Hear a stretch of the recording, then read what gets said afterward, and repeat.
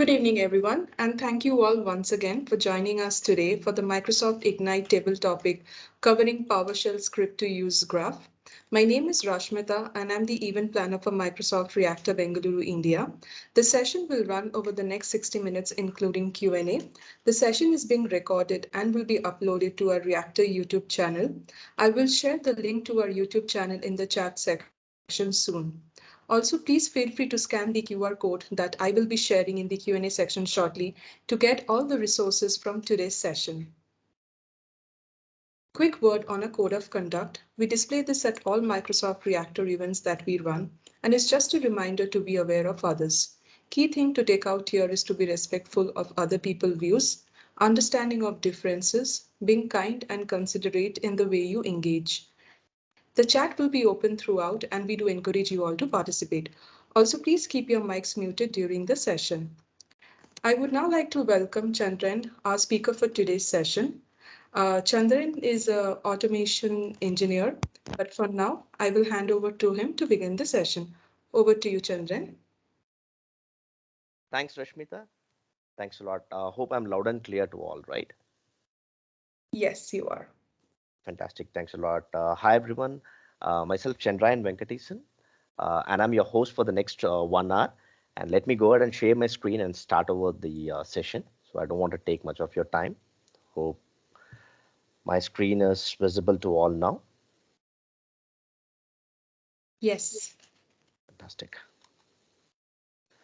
Well, hi, I'm Chandrayan Venkatesan. I said I'm the speaker for this session. I'm a Microsoft MVP in Cloud and Data Center Management. I've got 8 years of experience working with Microsoft 365, and I'm at present working for Shell India Markets Private Limited, and I'm taking care of Azure automation. And with me, I've got two moderators, Rohit Yadav and Arpita Das, and they are our Gold Microsoft Learn Student Ambassador. They will be helping us to moderate the questions and help us our session. Over to you, Rohit. Hello everyone. So hopefully you can hear me. Loud and clear. So I am Mohit Yadav and I am a Gold Microsoft Learn Student Ambassador from India.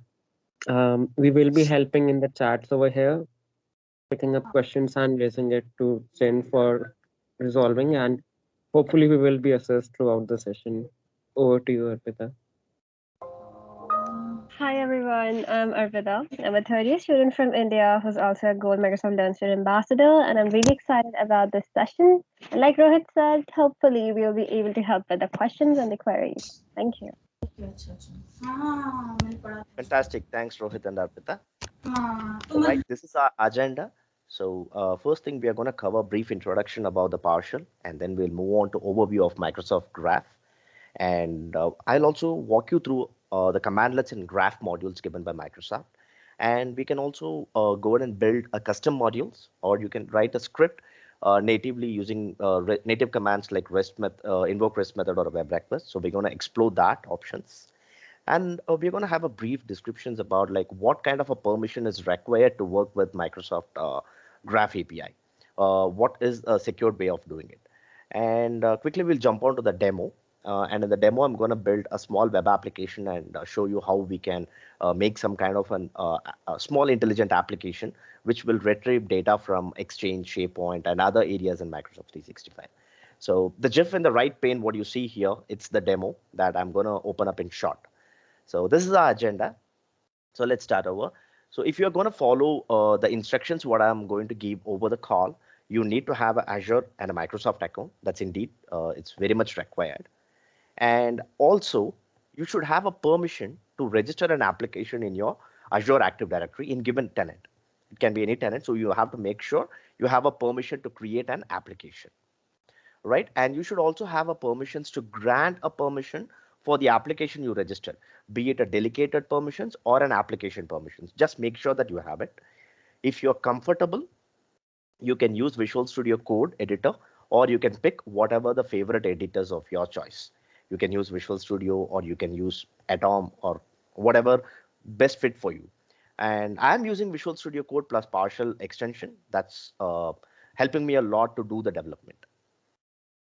All right. So I'm pretty sure most of you might have been heard about PowerShell, because starting from the year 2012, all the Microsoft servers or any products which has been shipped comes with its own shell management, so that you can go and do the administration task and you can automate the administration tasks. That's the crux behind what PowerShell is going to do for us. So if you want to know the history about it, it all started with the Monad Manifesto. In this PowerPoint deck, I have given the hyperlink. You can access and see what Monad Manifesto. It's worth reading. I will recommend that. And the current version of PowerShell is 7.2.0. If you are a Windows user, you don't need to install it because it comes along with the box. So if you're using Windows 10 or upgraded to 11, definitely you should see the Windows PowerShell 5.1. And if you're looking out for the cross-platform one, starting from 6, PowerShell version 6, so it's going to support in all the operating systems, something like Mac operating system, Debian, or any distros of Linux, right? So you have to install the PowerShell in a Windows box if you're looking for the higher version. That you have to download and upgrade it and install it. It will be a side-by-side installation, okay? So if you have 5.1 and you're going to install 7.2.0, you'll be having a 2 PowerShell console host. So you can choose which one you have to work on. If your solution is going to be a cross-platform, make sure that you're always using the Microsoft PowerShell, okay? That's the version starting from 6.0, not the 5.1. So just to give a brief description about the PowerShell, I don't want to give any kind of a description or a definition, because for me, PowerShell is always far more than a scripting language. Yeah, of course, Microsoft calls it as a scripting language. For me, it's far more than a scripting language. And whatever you see as a commands are pronounced as commandlets in PowerShell. And if you see, it's like a combination of a verb and a noun. Most of the commandlets are designed in that way. And anything you see from Microsoft, it will be meeting the patterns and practices. So it will have the standard naming convention, and it will be easy to remember, and it will allow you the tab completion. So you don't need to remember all the commands and parameters. So in short, I'll be showing you how to explore the commandlets. So in that, you will come to know what is the tab completion. So I just want to give another interesting fact about the PowerShell. It's been 16 years now that PowerShell has been introduced by November 9th, right? So the stable release has got in November 9, 2021. Exactly, we are in the same date now, right? Almost. And the implementation language for this is a C#, and it's built on top of the .NET framework. So when the .NET framework, .NET was released as a core, PowerShell also released the cross-platform versions. So you can go ahead and use the PowerShell in any of the operating system which you like to.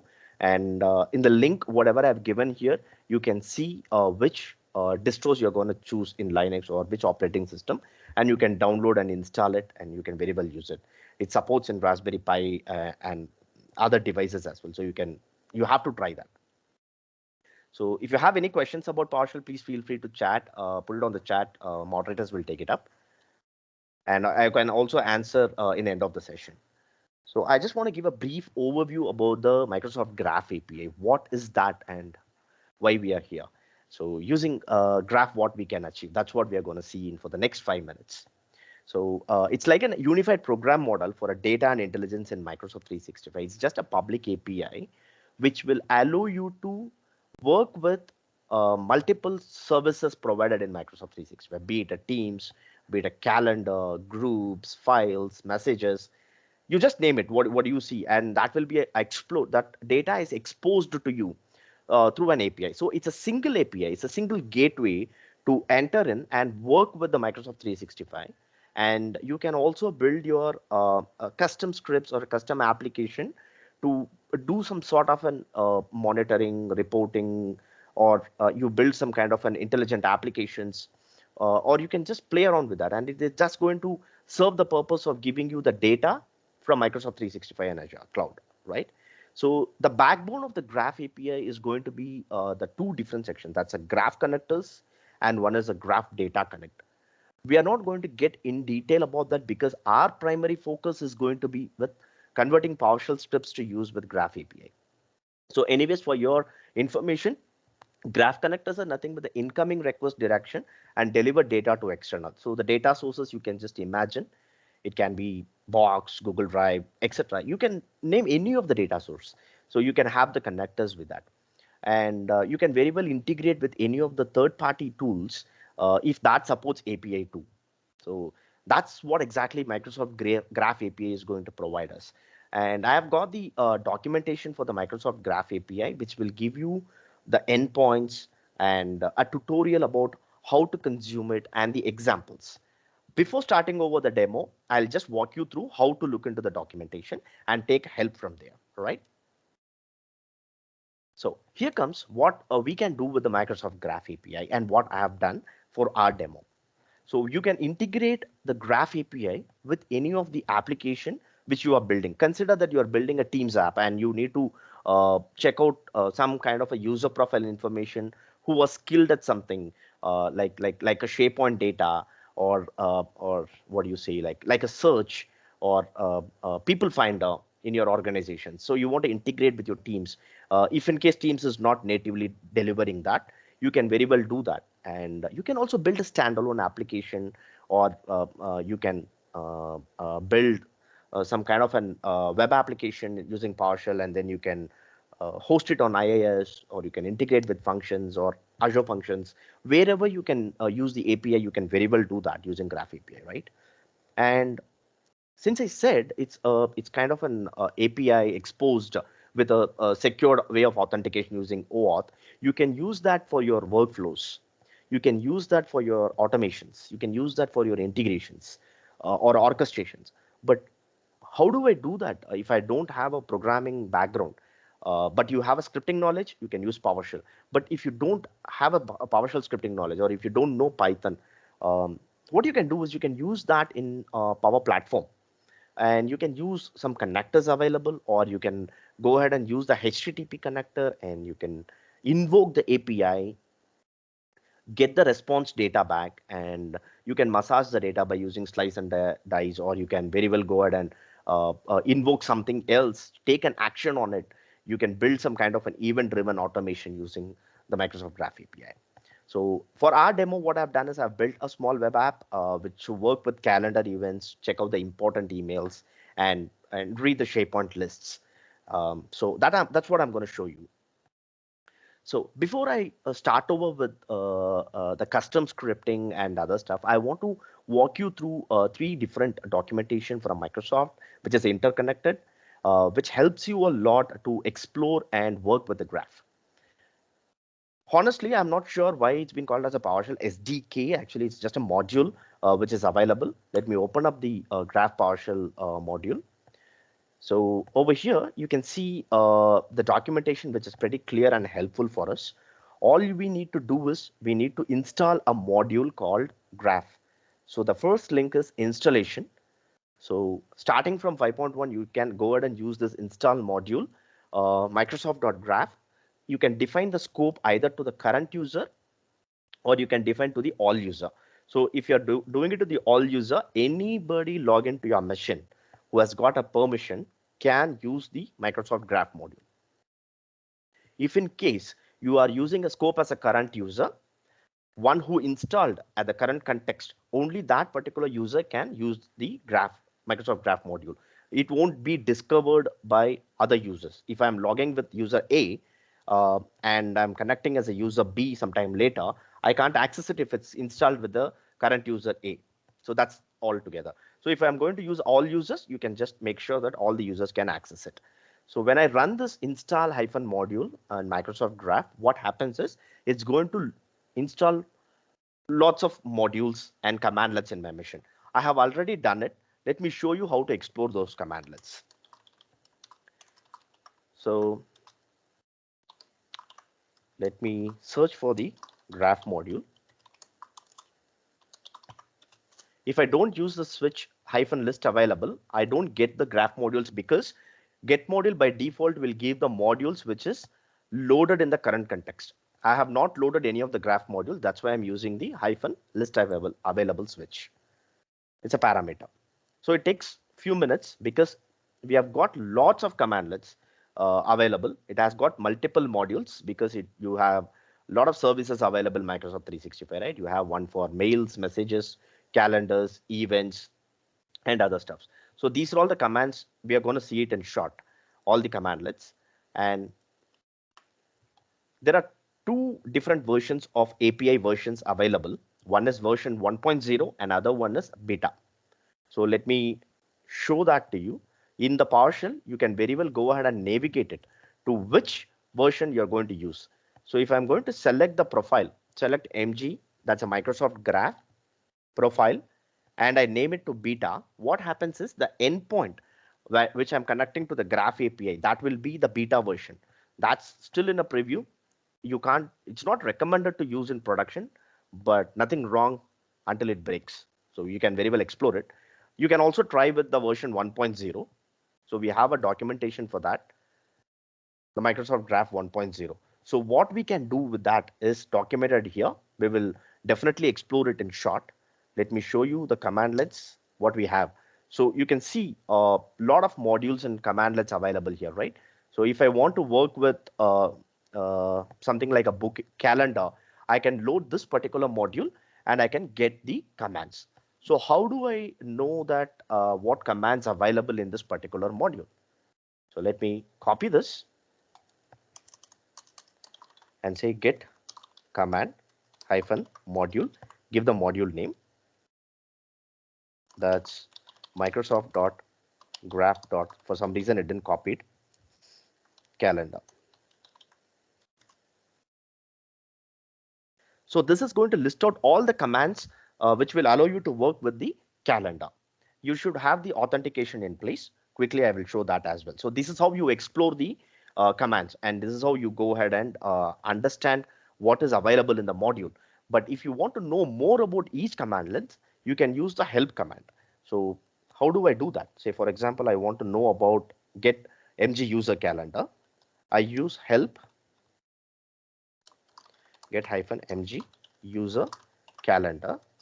So that's the tab completion. I don't want to type in all the commands, right? I mean, the complete command. Instead of that, I just do CA and do the tab. It's going to do the tab completion. And let me see if I have any online help. If I use the parameter, switch parameter hyphen online, this is going to take me to the online, the web link. So I do have a documentation about it. So that's really fantastic from Microsoft, right? I have help, I have a description, I have the parameters, details. Using this, I can read and understand what this command is going to do. Looking at the naming convention, you know, this is going to get the calendars available for the given user. That's what exactly it's going to do. Similar to that, you have a lot of commands. Considering the time, I can't go through each and every command. Please explore it in your free time. And if you have any questions, you can just reach me out in email. I'll help you out in that. Okay. So I need to just go back to the next topic about the authentication, which I said. So here the authentication is like I need to register an application first. All right. Because I can't use it in the current user context all the time, because my application is going to demand a daemon process, or it has to run without a human intervention. That's what exactly all about the automations, right? So what I should do now is to register an application and grant the access. That's what I'm going to do now. So this is the first step we have to do to work with Graph API. Let me open up my favorite browser and access portal.azure.com. Log into my O365. Get onto my Azure Active Directory. Okay. So this is my Azure Active Directory. In the left pane, you see app registrations, right? So you can just quickly go to the app registrations and click on new registration. You can choose the required access for your API. So you can choose any action, Azure AD Directory, multi-tenant and personal accounts. And I'm going to choose any name for this, something like Reactor Demo App 01, right? So I'm just going to click on register. That's it. It's going to register an application in Azure Active Directory, and it will also provide me a client ID and the object ID. So I've got the tenant ID, object ID, and the client ID. So just go capture this information. I have already done registered another application. I'm not going to use this. I'm just showing you for an example. You need the client ID and you need the tenant ID. We just copy it and keep it in a safe zone so that you can access it whenever you want, and you can demolish it, delete it when you don't need it. or when you see that then kind of a security breach, you can delete it or you can create a new password. Now what I need to do is create a secret. You can very well create a certificate, associate the certificate and authenticate through the thumbprint. You can use the secrets and you can use the secrets for the same. But I recommend if you're going for a production, please use a certificate, not a self-signed certificate. You procure a certificate, associate it, and make sure that you're authenticated securely. I'm using a client's secret here, and you need to make sure the expiration is selected accordingly. Either you can go to the 6 months or 3 months or 24 months, whatever. You can choose the custom date. In my case, I'm going to do something like demo and click on add. So once I do this, what happens is it will give me a secret. So I captures the secret and I will get authenticated. How I'm going to authenticate? Using the script. I've got the script ready already. So I've got this app. I'm not going to use it anymore. I've got another application created called my MS Reactor 2021. This is the application which I'm going to use to authenticate my scripts. Right.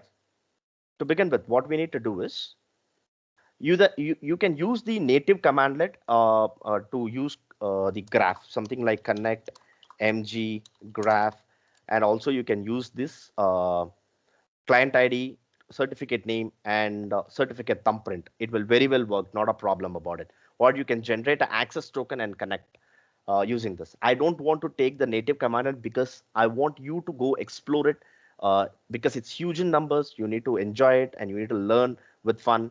And you can very well explore it and get back to me if you need any help in that. Now I'm going to use a standalone scripts. I've built a script. I'm going to use that. So what I've done here is, you can see this is a bad practice, but still it's okay. I'm going to delete this. I have a client secret, client tenant ID, and a client ID, right? So I'm passing it in the hash table to the body so that I can generate a bearer token. What I do for that is I invoke a REST method and hit to the login microsoftonline.com with a tenant ID. With this, I get a bearer token created and I'm forming the headers. So if I run this piece of code,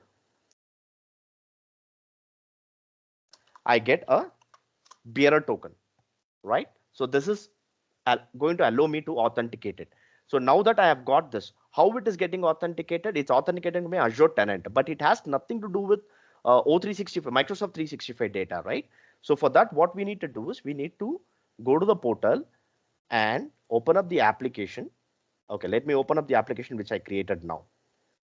Something like Reactor demo, right? Reactor demo app. And go to the API permissions. By default, Microsoft gives you the user read permission. Apart from that, you don't have any other permission for this particular API. Sorry, for this application. So I'm going to grant a permission. So click on add permission. And you have to make sure what you're planning to build, because you can't provide all the permissions available over here. The maximum permission you can give is 30 in numbers, 30 different types of permissions. Okay. So now I need to make sure my application has the permissions to read the calendar. So I open up application permissions and search for calendar.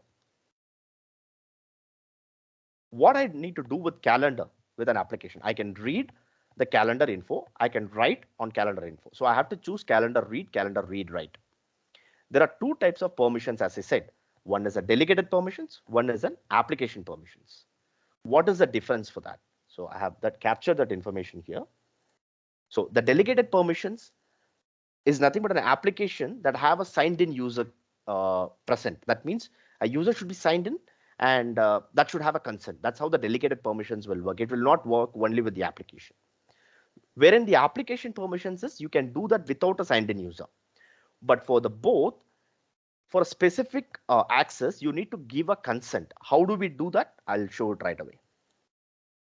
So for now, I'm going to choose a calendars read, write, and I provide a add permission. So when I do the add permission, it will take few seconds and provides that warning sign. You need to grant a consent. What that means is I am going to give a consent to the application to read the data from my organization, from my Microsoft 365 environment. That's what exactly this is prompting for. So I click on grant admin consent for the next generation. That's my tenant name, right? So I just click directory name. So I click on S. Now this is granting a consent. So this application, Reactor Demo App 01, is ready to read the data, but we need to give few minutes, just a max of 5 minutes you need to give so that it will work, or else it may not, the access might have not been applied. So give few minutes and then you can make use of it. Now what happens is I have granted the permission. I'm using a different set of applications, so it should have. So in this case, what happens is I want to pull out a list of users. But now how do I know there is an endpoint, something like this, which you see right in front of my screen, right? graph.microsoft.com v1 users. How do I know that? There is a documentation available. That's what I want to show you here. This is a Microsoft Graph REST API version 1.0. If in case you want to switch to the beta version, make sure that you are choosing the beta documentation. Okay, it's worth to try both, but recommendation to deploy it in production is 1.0 already. So now I've got the couple of what do you call it as items over here which will allow me to work with. So for example, if I want to work with user objects, I explore here and I see all other options available underneath it. So I can go ahead and get the list of users. So when I click list of users, you don't need to worry about what permission you have to give for the APIs because Microsoft has covered it already. You can see that in the permissions, right?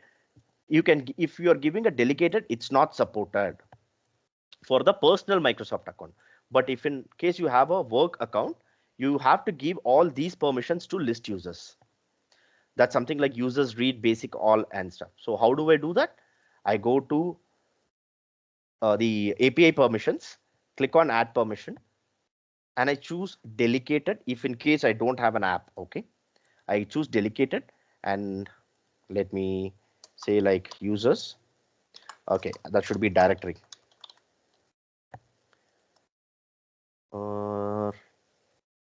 Okay, let me do this.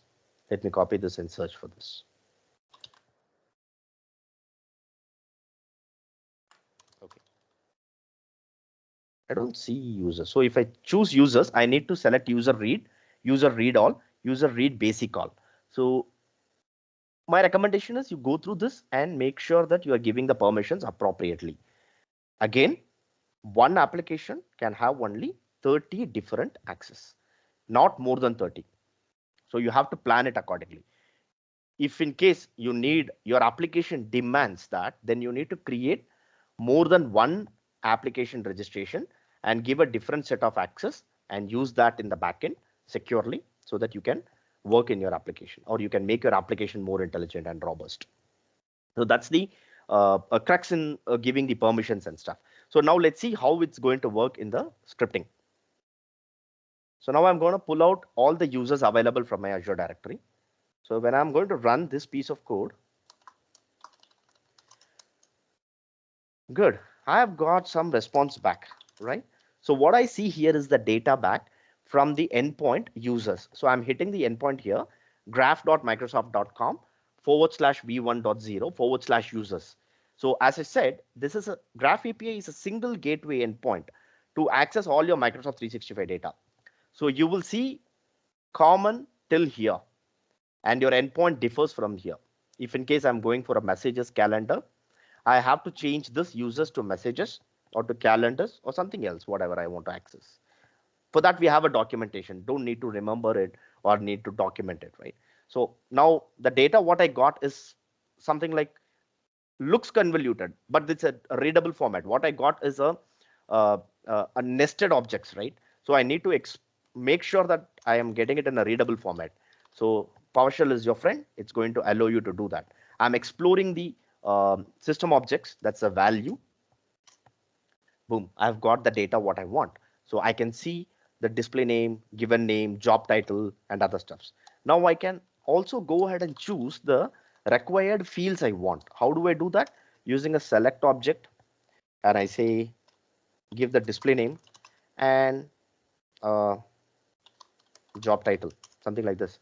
So I choose only the required fields I want. Fantastic. So this is how I explore the API. I access the API and get the information what I want.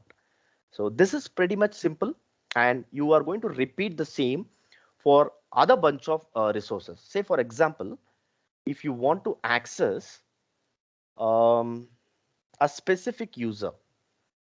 So wherever you see list users, that means it's going to get all the users from the Azure directory. If you see somewhere like a get, it's going to get a specific user. So that demands a parameter. That means you need to give the object ID or a user principal name in the URL and get the data back. So in this case, what I need to do is, so here the permission varies, okay? So you need to make sure you read this piece of information and grant appropriate permission. Already. So now I just go copy this URL and replace that in my script.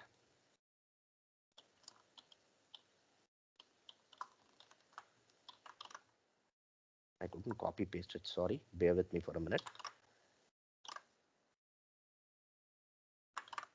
Okay. That's good. So you can see the verb of the HTTP here, the REST API. So this is going to just get the information. It's not going to do the patch, update, post or nothing. Just going to do the get. It's going to retrieve the information. Now I've got the users. I need to give the user ID so that I can access the specific user information. So I will go ahead and give the parameter like user ID. Make sure that you're giving a double quotes when you're passing the variable for the in PowerShell. Okay, so I'm going to use the user ID and access this information. I'm selecting this piece of line and running by doing F8. So now the user object variable will have only one user information. That's my information. Okay, so did I made, okay, I missed to have users, right? Now I should have users information. Good.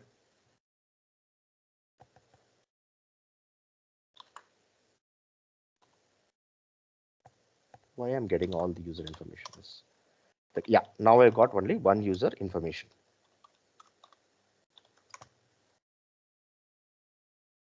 Let me see that. So you can see only one user information I've got. Good. So now that you know how to retrieve the information and use it, similar to this, we have got other services like I have got a SharePoint list, I have got my calendar, I have got my messages. So I'm gonna build a small web application, as I said. So we have got another 20 minutes left. So I need to introduce two great modules, community module available in PowerShell, which will allow you to host a web server and allow you to write HTML in a PowerShell way. So that's two things which will be very interesting for you. If you are an administrator and you come up with no programming background, but you have a skill to develop PowerShell scripts and you know how exactly that works, PSHTML and Pod is just a cakewalk for you. But if you are expert in Python and you know Django frameworks, you can very well use that, and you can consume Graph API with that and build a glossy application. And this is specific to the PowerShell lovers, those who can build some small web application, containerize it, or deploy it wherever you want. So that's what I'm going to do now. For this, I've got two modules. One is PSHTML, and another one is the Pod module. So let me open up that. Let me open up my browser. Sorry about that.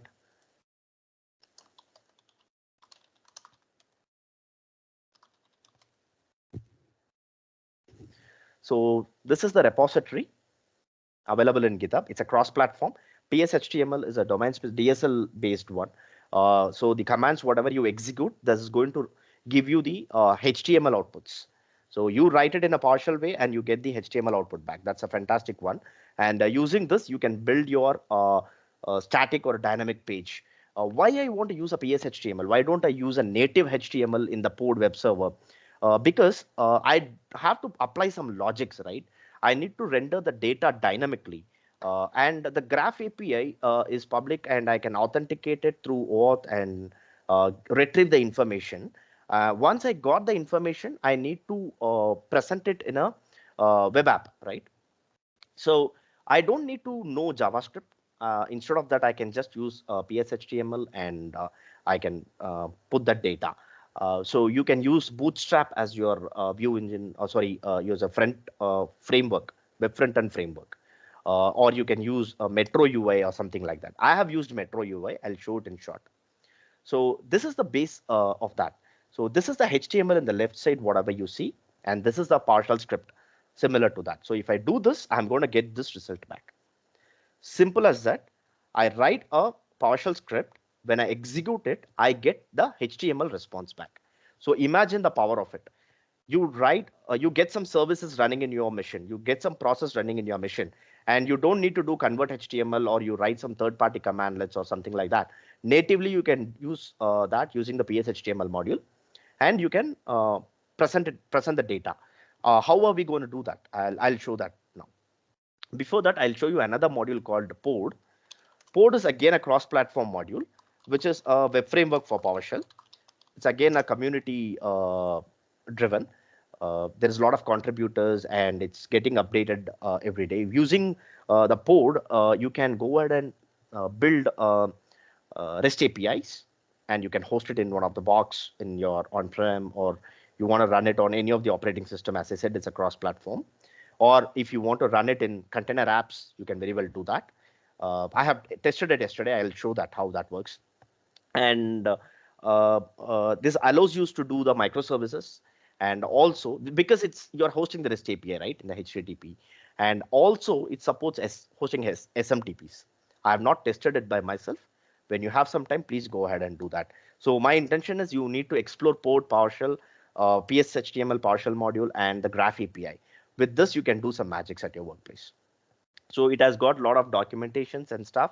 With this, I'm just moving out to my demo. So we will quickly see how we can work with my calendar, work with messages, and how to do some kind of manipulations in the calendar. Okay, so let me start over my demo. I have got the Reactor application created. So to begin with, I have got my project scaffolding. Reactor is my root project folder. Underneath that, I have created a source folder. Of course, very well, you can go ahead and name it however you want. Underneath the source, I have created a views folder. So the view, if you're from a Node.js background or from other programming background, you know what exactly it does. The views are nothing but it's just going to plot your front end, what exactly you're going to see in your browser. So I define my views in a way like how I designed it, right? Using Bootstrap or something like that. I am segregating my views from the application logic, because I don't want to make the script convoluted. If I put the logic inside my web server, it will be a bit hard for me to troubleshoot if in case I got some issues in the late night or early in the morning, right? So we get frustrated looking at the codes. So I segregated it. So make sure that I'm getting the structure ready. So if I have a trouble on the views, I get onto the views folder and make use of it.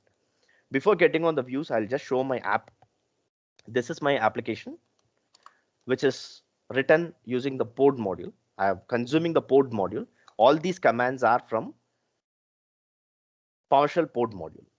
So I'm going to start a Pod server, and I'm defining a Pod endpoint and saying that put it to the local host to the port 3000. So whenever I run this application, this will hit the port 3000. It will be accessible through the port 3000 from the local host, all right? And the protocol I have choose over here is HTTP. Simple as that. Nothing great apart from this.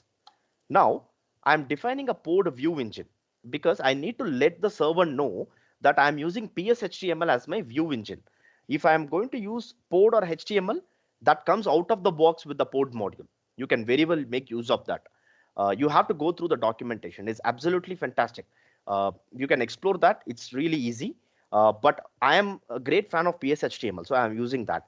I'm defining that extension is PS1 because in my views, I have got all my PS1 files. Nothing in HTML. I've done everything using PowerShell because the topic I'm talking is converting PowerShell script to use Graph API, right? So I've got all my my standalone scripts now accessible over the web. That's what I'm trying to do. Fantastic. So I've registered this. This piece of command is available in the documentation. Don't need to do anything. Just copy paste it. Apply the logical script block here. And what it does is it will let the port server knows that I'm using the PS-HTML as my view engine. But make sure you have PS-HTML installed in your box where you are running. Okay. Again, it's a cross-platform. You can run it anywhere. With this, I have got multiple endpoints, the multiple routes. If it is a REST API, I'll call it as an endpoint. If it is a web server, I'll call it as a route. That's it. So the base route is going to invoke the index.ps1. All right. So what that index.ps1 does, the index.ps1 is going to plot a web app for me. That's going to render a web application. And also that will allow me to fill in a form and make sure that I'm going to perform the task which I want to do. So I have defined a HTML page dynamically here. So as I said, if I want to give a 3 break lines in HTML, I need to type in 3 BR tags. I'm using PS-HTML. So what happens is I'm using 1 to 3. That means a range operator. And using for each, I'm giving the break. So I'm giving a break lines of 3 line breaks. That's it. And I've got the form action where it is going to hit a different route and authenticate to my Graph API. Now you may ask a question, why don't I do a native Azure Active Directory authentication? Yes, Port module supports the AD authentication. You can very well explore that. The documentation is super friendly. Using that, you can make sure that the current logged on user is going to do the single sign-on with the application. In my case, I can't do that because I've logged in as a different user and I'm using the application registrations, not a signed-in user, right? So now that I'm collecting some information so that I can pass it to my app, and that is going to generate a bearer token and get me the access to the Graph API. How that is going to happen, I'm going to show you now. I'm going to start my web server. Just invoke the app.ps1. As I said, I'm calling this app.ps1 file, right? So this is going to start the server and make the application to listen in port 3000. All right. So now you can see I got the response back saying that some application is running in port 3000. Let me copy it, open up the favorite browser and access the application. Good. I've got the HTML response back here because this is running the index.ps1. Let me do the view page source. So you see there is an application, the HTML application here, right? All these things is written in PowerShell here because I am invoking the index.ps1. This is what I'm doing, right? So it has a header and it has got the div container and a form. That's what exactly you see here. Client ID, tenant ID, and the client secret. This is the 3 different fields I'm creating it in using this HTML, PS-HTML. Good. Now, I'll confirm it again. I have applied a small logic here in my header where this is going to get a blue in color banner, right? So if I just change it to green and I run this, I'm going to get the green banner. So I need to change it in 2 different places. That's why it looks ugly.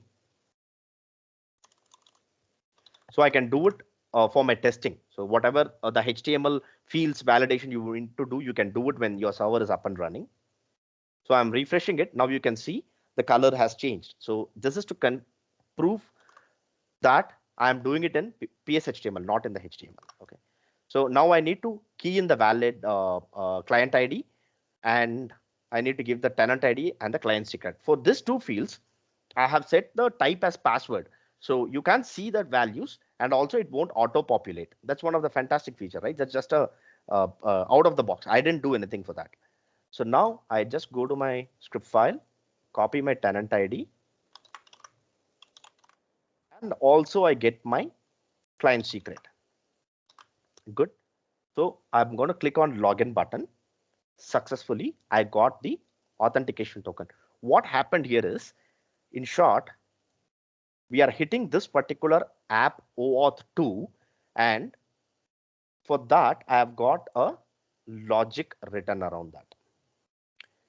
Using the web event object, I am taking the data, client ID, tenant ID, client secret, passing it to my body, invoking the REST API, and getting the bearer token. This is the same script I have shown you here. There is no difference. And I'm getting the headers so that I can use this headers in other routes and get the data back. So that's what exactly I'm doing. So now I've got this value. I'm printing the data saying that I've got some successful result. If in case I give some wrong values, I get 500 internal server error. That's because it doesn't understand it. I gave some wrong information. This is not about like what pod or PSHTML is going to do, but for your information, you can build your custom error handling page. That's it. So now I've got authentication success. I go to my home page.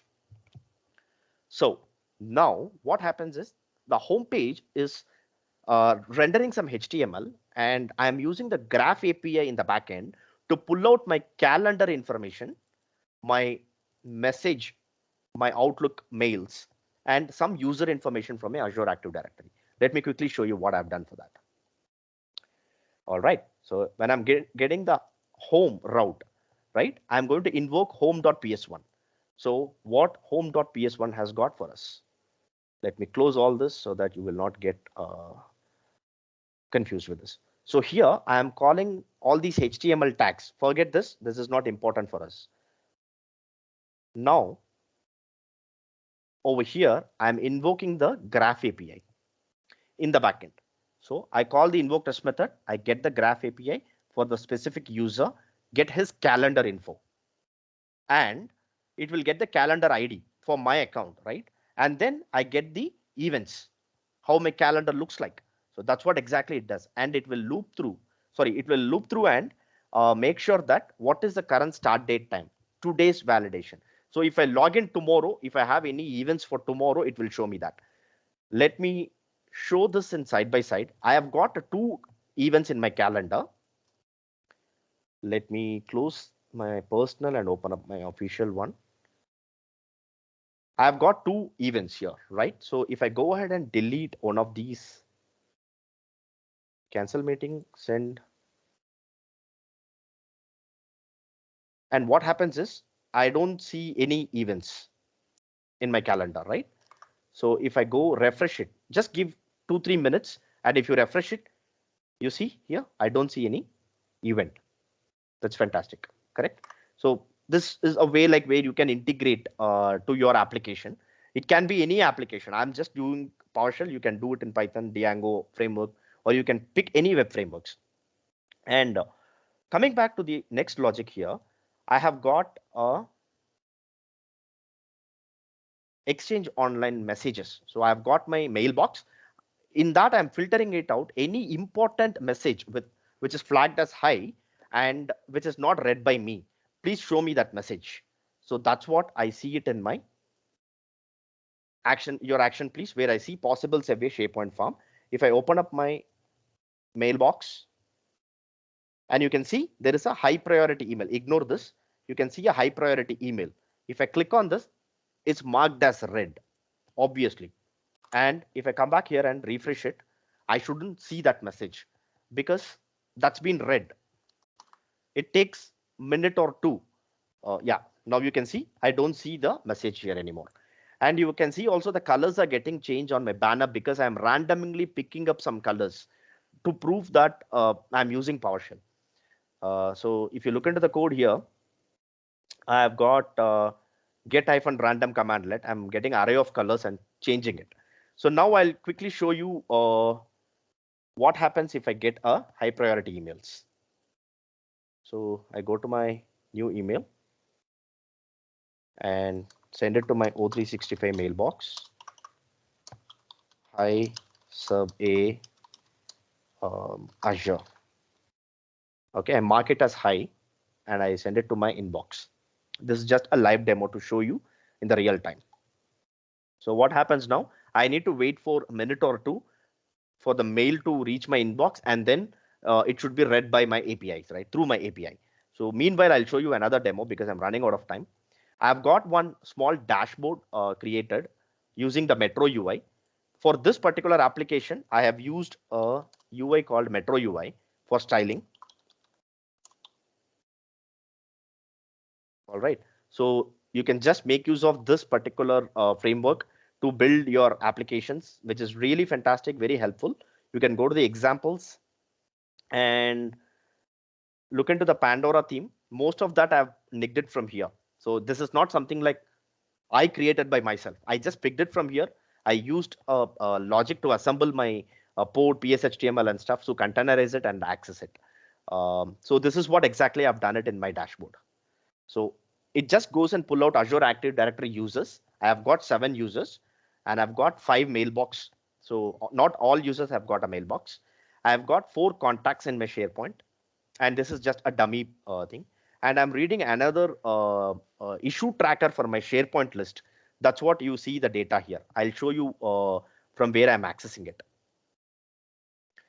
If you go to my dashboard PowerShell script, you can see I'm reading list items from the SharePoint site.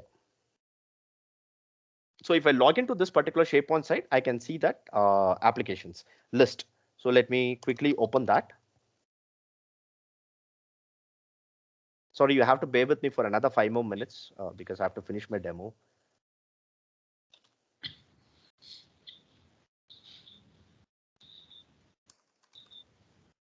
Okay. So I'm trying to access my SharePoint site.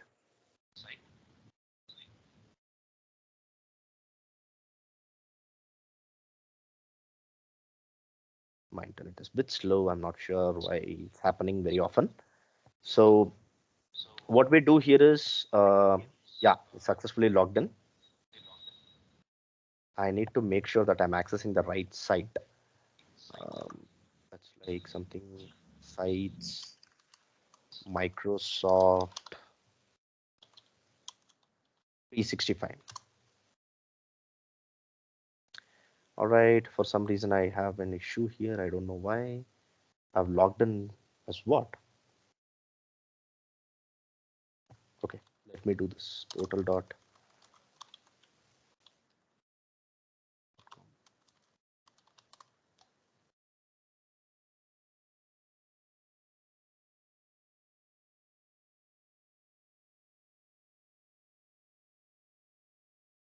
That's my account. Okay.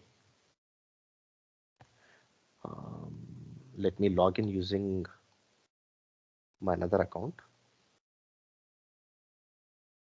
For some reason, I'm not able to access that. Don't know why. Portal.office365.com.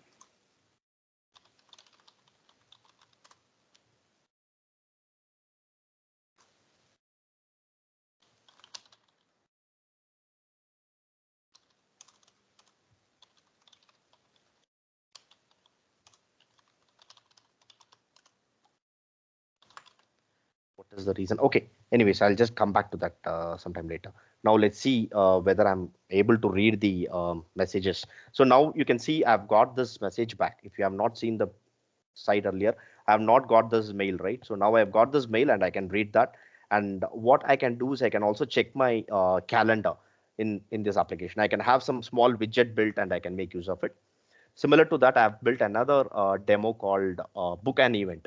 So Book an Event is nothing but to work with your calendar, which will post the message to the calendar. Instead of reading the data, I'm going to post the data and create an event.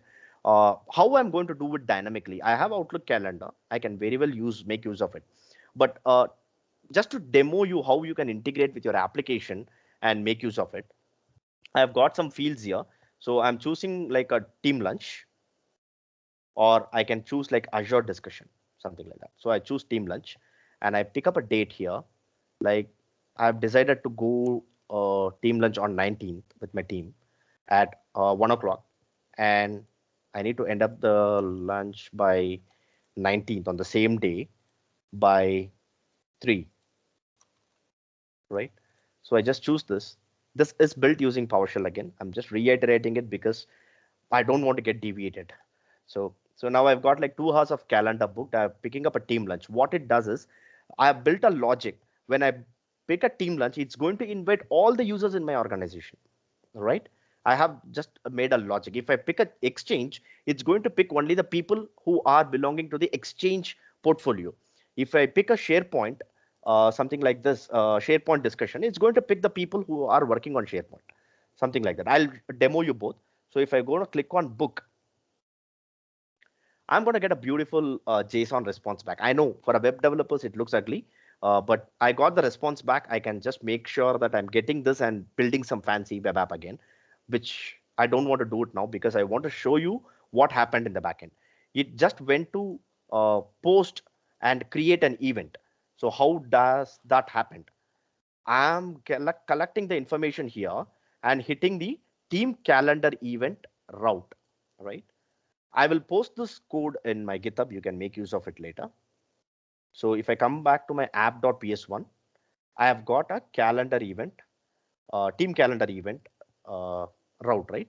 So in this, I've written a logic. If it's a team lunch, get me all the users where they have a mailbox. Because if a user has no mailbox, I can't book a calendar, right?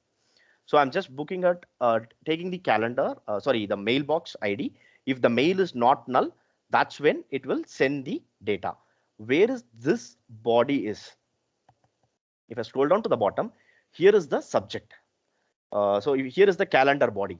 So these are all the parameters I need to pass to book a calendar. So where is the proof for that? Let me open up my Outlook and open up my calendar. I booked it on 19th. So you can see here, team lunch, house of billiards, I booked it on 19th. So if I open this, you see all the users with the mailbox. Let me do it one more time. I'm going to cancel this meeting, send cancellation. On 19th, I don't have any events in my calendar. It's completely free. So let me go back to my application again. Go back here. This time I choose Azure discussion, all right? And it's going to be 19th at 1 till 2 o'clock on 19th. So I've selected this and I'm clicking on book, expecting the JSON back. Good, I've got the data. So this means I have booked a calendar to have a SharePoint discussion with the SharePoint consultant. How do I know that they are SharePoint consultant? In my directory, I've got a list of users. Only 2 users have got a SharePoint title. So I can open up that like Hoshang Mahmood just for a demo. You see here with a job title SharePoint. So that's the logic. I've applied it in the Graph API in the PowerShell and just applied that, saying that when there is a job title with SharePoint, right? So it's going to pull out this user and another user to send the calendar invite. Not sure whether the invite has been sent. It's sent. Now you can see it is Azure discussion, not a team lunch, right? And you can see the audience is limited to 2. Now, just to be more precise, I will do it one more time with a different set of result. So now I go to the book and event. This time I choose, last time what I've opted out for SharePoint discussion, right? Okay. This time I choose a team lunch itself. All right. So I'll book a team lunch on 18th. Okay, let me make it this on 21st. 21st, 13, and 21st, 14. I need to make sure that I choose the right date timestamp. If I don't do that, I will be getting a 500 internal server error because that will collapse the JSON body. If JSON body is not correct, your API endpoint will not respond to that. So you get an error. So back here to my, 21st is Sunday. That's okay. I don't have any events on Sunday. Right? clear. I have got 21st, I've got 13, 14 and stuff. I send the invite. I've clicked on book. I got the response back. This is very much readable. You can make use of it. You can access the data back. If you have a question, how do I get the response back and read the data? That's why I said that I've got a view engine set over here, and you can always see the data back here, right? Using this particular object, you can read the data and then you can put it in your HTML inside the table or inside some drop down boxes or wherever it is. So this is how exactly you work with Graph API for SharePoint or any other services. So let me quickly show you on 21st what has happened. So now you can see on 21st, I've got the team lunch calendar booked. So this is for all who has got a mailbox. So unfortunately, the SharePoint list is not opening for some reason, but that's okay. I'll show you that logic, how that works. So for the contact, I've got a contact list created in SharePoint that goes and pulls out the basic information from the list. So that's what exactly you see here in the list items. So if you are from the SharePoint background, you know the list is a core concept of SharePoint, right? So you have all the information collected. So in this case, I've collected the contact information with the phone number, what is the cost to company and other things. I'm capturing that data and I'm plotting it dynamically using the PSHTML. So the data source is SharePoint. I am accessing it through Graph API. For that, I'm using PowerShell and I'm rendering it through using the PSHTML and Pod. Simple blocks. I made some logical web app. That's it. So not that complex. So if I come back to my home page and I click on the contact, this information, I'm getting it from the SharePoint. It gets my name, my role, my mobile number, cost to company, and years of experience. So like this, how many users you have got in the contact list, you can plot it. You can plan your organization chart in a fancy way using that. So the code remains simple. I'm just looping here, which you can't do it in HTML without a JavaScript, but I'm using PowerShell. So I'm looping it here and I'm building the blocks. So with this, I'm done with my demo. Please let me know if you have any questions. Thanks a lot for being with me, guys.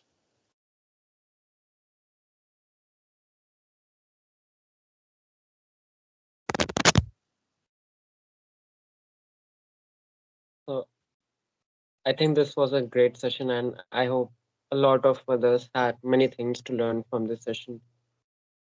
I think there is just one question in the chat over here. Ashish is asking, so for running our PowerShell scripts non-interactively, we should use application permissions for our app, or there should be a different set of permissions?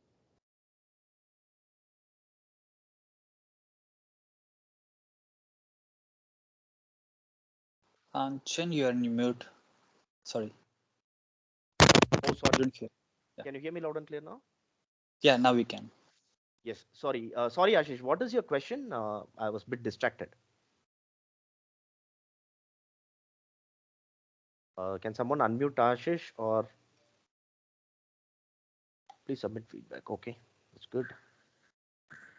What is the question, Rohit? I missed it. Sorry, I got distracted. Can you hear me? Yeah, so let me read the question once again.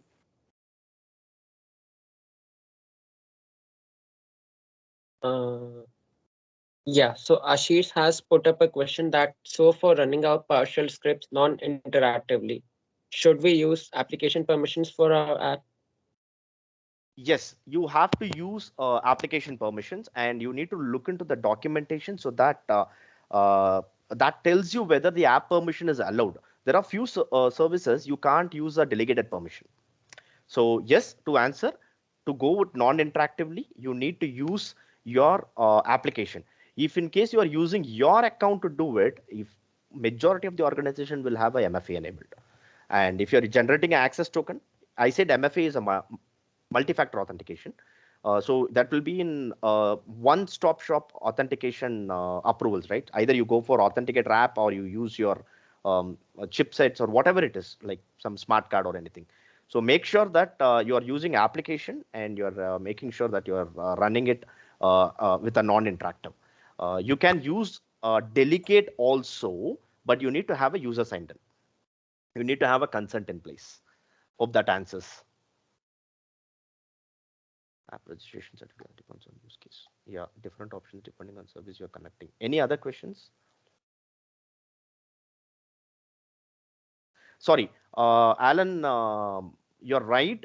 There are options in Connect MG Graph. I tried using it. You can't use a client secret using Connect MG Graph. You need to use a certificate-based authentication. So for that, you need to create a self-signed for a demo, and then you generate an access token and establish the connection.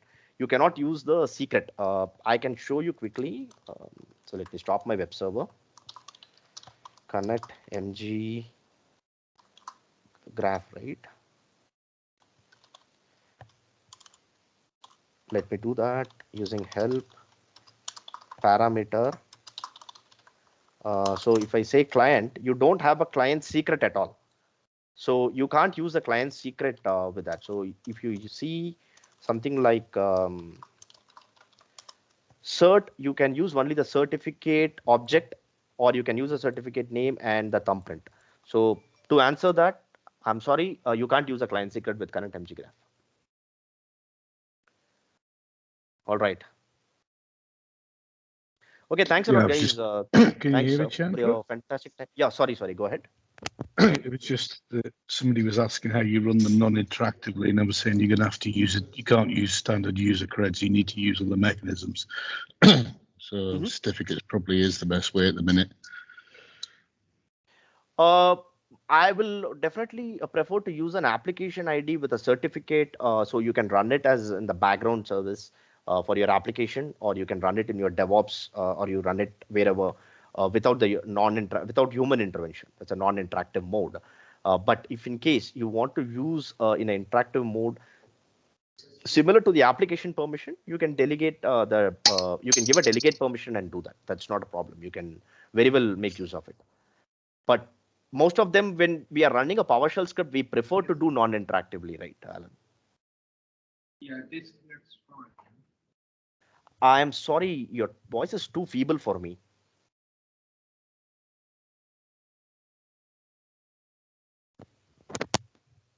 Sorry, what's the question?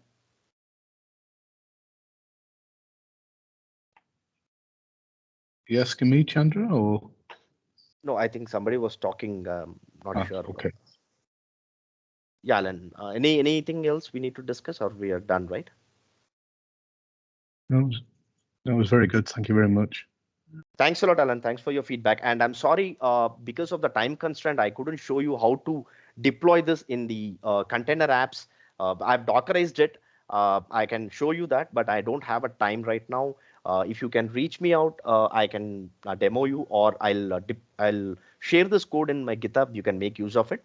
If you really want to know how I can do that in the container apps, I will blog it and share it in my LinkedIn. You can follow me in my LinkedIn. You can search for Chendrayan V. That's my LinkedIn handle, and my Twitter too.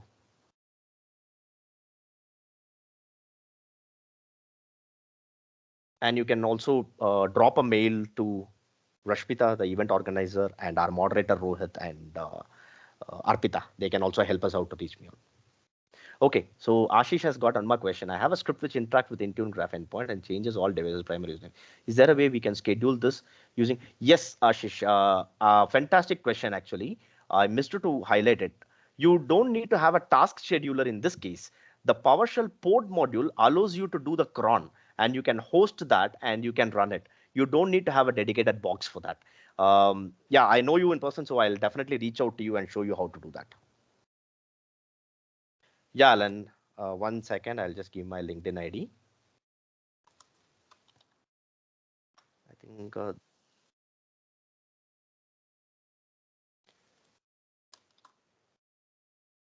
I'm not 100% sure whether I get it right. So, and another great feature of the pod module is you can also host this in an IaaS or in Azure Functions and other stuff. So when you want to do some cron, you can go to the pod documentation and search for pod cron scheduler. Using that, you can very well do that. Don't have a dedicated box only for the task scheduler. Alan, that's my LinkedIn ID.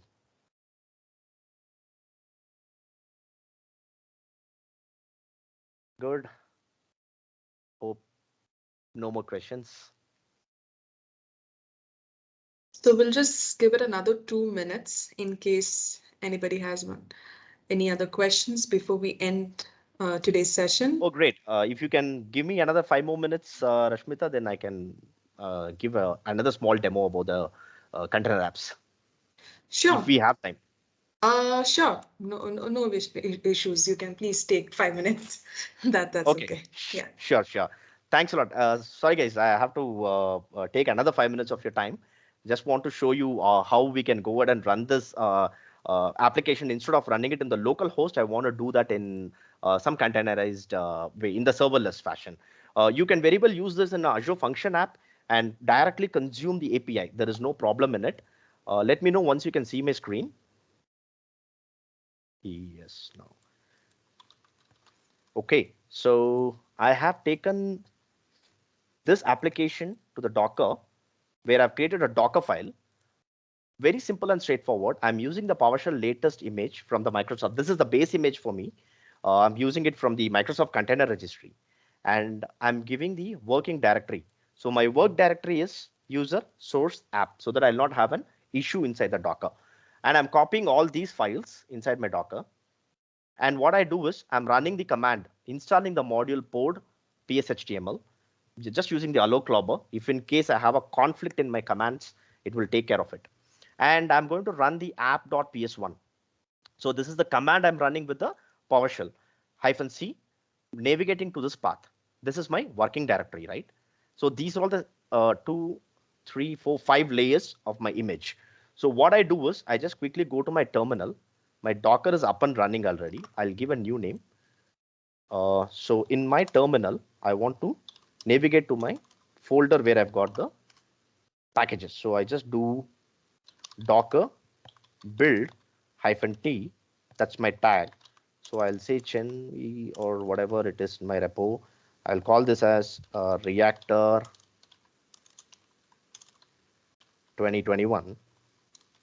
I tag it to v1 v1.0.0, and this is going to do the build. So what happens is it's going to just start the build and do the images perfectly, and I'm going to create the image from this and install the modules, create the package for me, and the Docker containerization for me, right?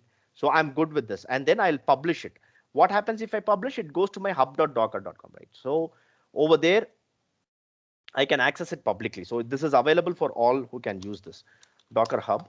If I go to the Docker Hub, and right here, you see the repositories, whatever I've created. I'm just playing around with that. So once this build is done, I will show how to push it. Meanwhile, I'll go to my Azure portal and container apps. So what I have done here is very simple and straightforward. I just created the container, like just in few clicks. So pick up a resource group, call it as RG Reactor 2021, and give your container name like Graph API demo. And then choose the environment. I've created this environment previously. It's not a big deal. And go to the application settings. Here you have an option where you can choose the quick start image. I don't want a quick start image, so I just uncheck it. Now you have a wide open doors. Either you can go to the container registry and take your image, or you take your Docker Hub and get your images from there. I have a public image, and it's in Docker.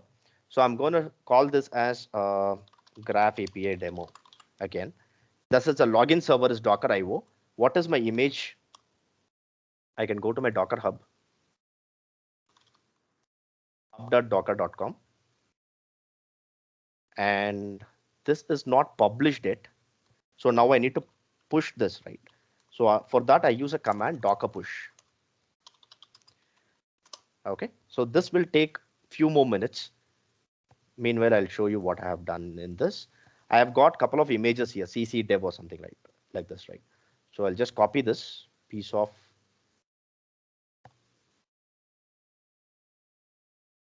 information back here to my portal, and I give my image and tag. Good. It's a Linux operating system. By default, it's in preview. It allows only Linux. So just leave it as it is.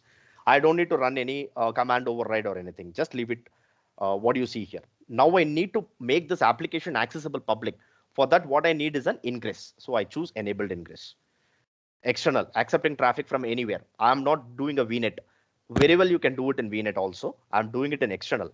My application is listening to the port 3000. So I just put it to 3000. Just do review create. After 5 minutes of time, what you see is a container app is ready. This is a serverless container service, and it will running under the KEDA, right? So you don't need to worry about the scalability, stuffs, and things. It is going to take care of it. It's fully managed, so you don't need to worry about it. So now this is taking a couple of minutes to run. Meanwhile, I'll show you the old container, what I'm running here. So I've got this container apps, right? I've got an application URL. So if I access this application URL, you are going to see the same application running here. So this is going to render the HTML, and this is going to show me what I need to do. How do I navigate and stuff? It's taking a couple of minutes. I'm not sure what's the time. So it's like taking the container apps, and it has its own naming standard from the location containerapps.io. That proves that it's running on Azure apps, Azure Container Apps. So this is how we do the, so you can see the application is hosted now. So now again, I can make use of it. Just copying this client ID. Don't try to memorize this. I'm going to delete this app after this session. So I'm going to copy this client secret, put it back on, click on login, success. I can very well go and navigate to my homepage. Whatever I've done it on the local machine, I can do it here as well. So now I can go to my dashboard. You get the same information. So if I go back to my home page, you can see the severity A. This is running on container apps. OK, it's not running on my local machine, so I can't cheat there. I go to my mailbox, and I go to my, sorry, this is my personal and this is my official, right? So I go to my mailbox and they'll read this message. So now this message is read. So what happens is this application should know that message is read. It shouldn't filter. So if I go and refresh this, hardly a minute or two later, this should go out. Yeah, that's gone. So this is how we run it in container apps. It's pretty straightforward. It's preview. You have to go out and explore it. With this, I'm closing off my session. So let me summarize it. We have discussed few things about the Graph API, pod module, PowerShell, container apps, and how to use the Graph API in PowerShell, and about the authentication. Please feel free to reach me in LinkedIn or drop a mail or contact Rashmita or our moderator Rohit or Arpita. In any case, we can help you out. We are free to, we are very eager to listen your use case and help you out. Thanks a lot, guys.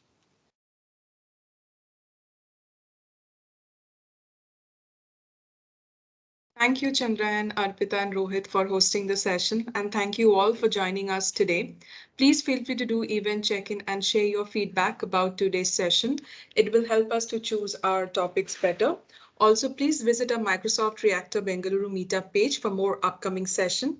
Thank you all once again, and enjoy the rest of your day.